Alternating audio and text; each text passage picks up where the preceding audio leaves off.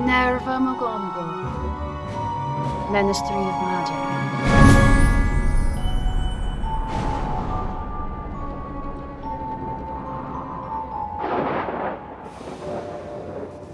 Hello, my name is Rona, and in 2018 I felt so magical I made a Harry Potter fan film.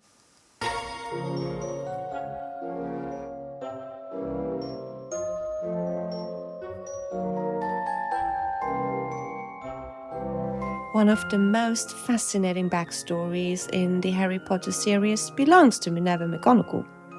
Born in 1935 in Scotland, she left school and worked at the Department of Magical Law Enforcement in the Ministry of Magic. She was probably in her 20s then. In the movies, she is of course a little different, but nevertheless perfectly portrayed by one of our finest British acting treasures, the fabulous, the great and late Maggie Smith. I appreciate both versions of Minerva, so I figured it would be fun to merge the two elements. The looks of a young Maggie Smith and the backstory and age of book Minerva, and Emma Laird Craig, the actress who portrays her, captures both marvelously. Jo Redden was cast as the sly and gothic Lestrange, and Rob Leach as the cheeky Finch.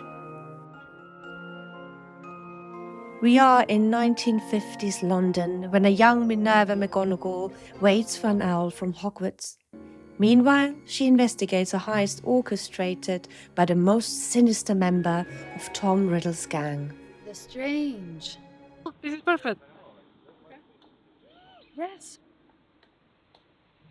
To channel an authentic vibe of the Muggle world at the time, we worked for one with the Greenwich Mean Old Timers Classic Car and Motorcycle Club.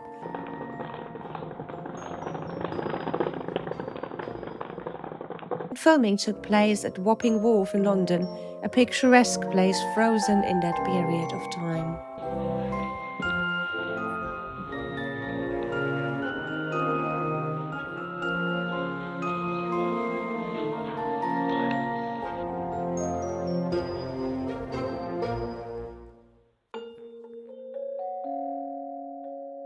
Our young Minerva is dressed in a mix of authentic late 50s skirt, blouse and vest attire, and a bit of imaginative flamboyance. It's a feminine outfit, of course, she would have worn working for a magical government.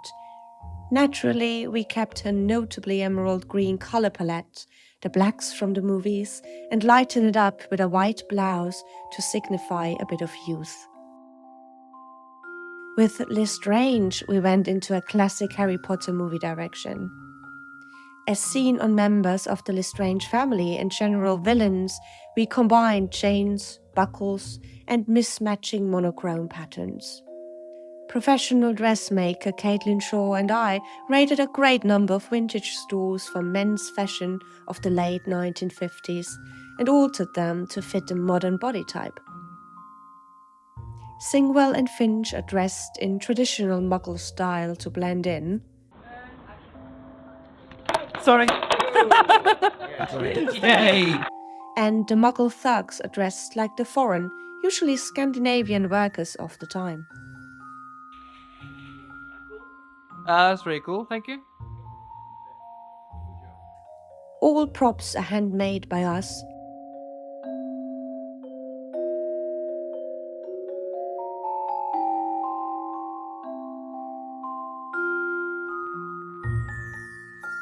And the wands are especially remarkable.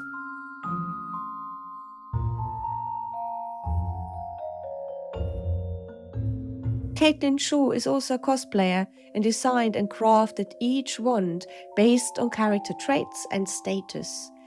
They are made with a wooden core and sculpted with foam, which was then painted. For Minerva herself, we went with her official movie wand.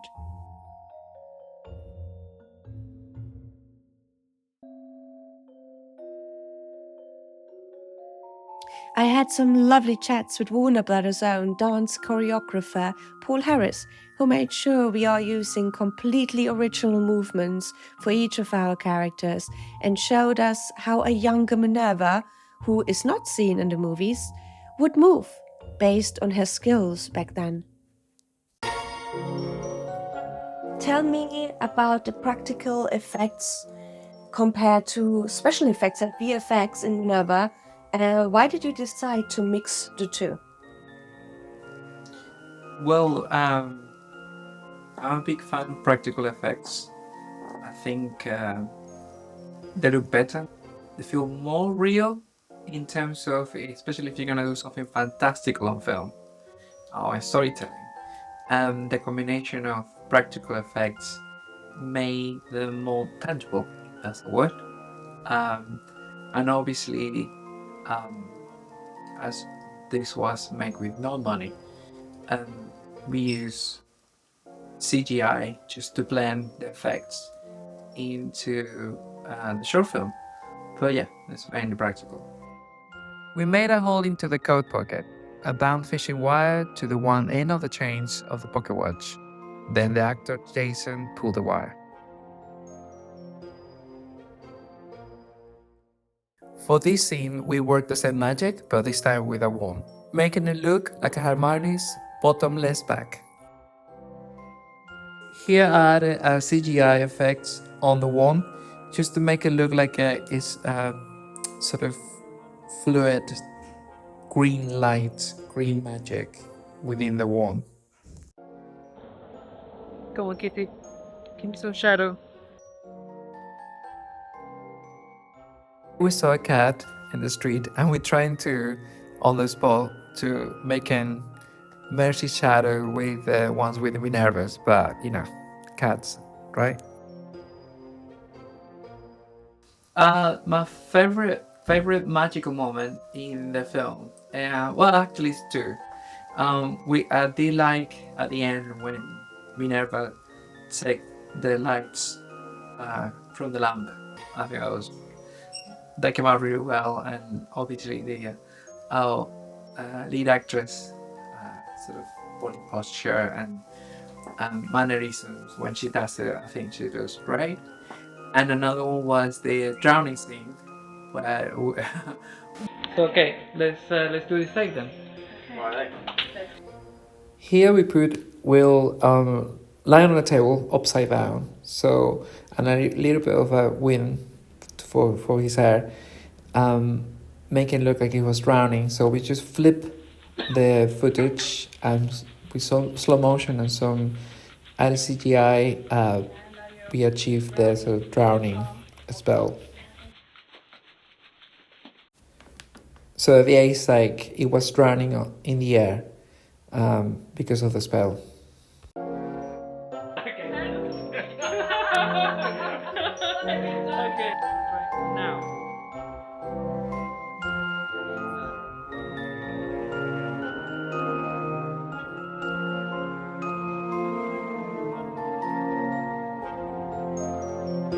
Yes. So it wasn't the warmest of evenings when we did this. So when we decided to put water on Will, we said, okay, this has to be the one take. And Action. yeah, and this fortunately was the one take.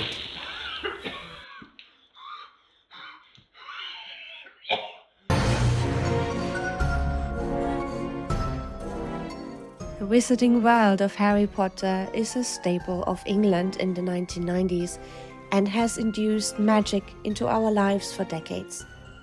It is a complex, modern fantasy epic and truly inspiring. There's so much one can do within this world, and we thought, why not follow a younger Minerva for a bit, before she becomes the professor we all know and adore to this day? And what is going on outside of Hogwarts?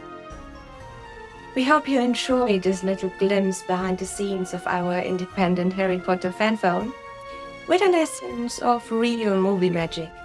And who knows, maybe one day we finish the other parts as well. Thank you for watching.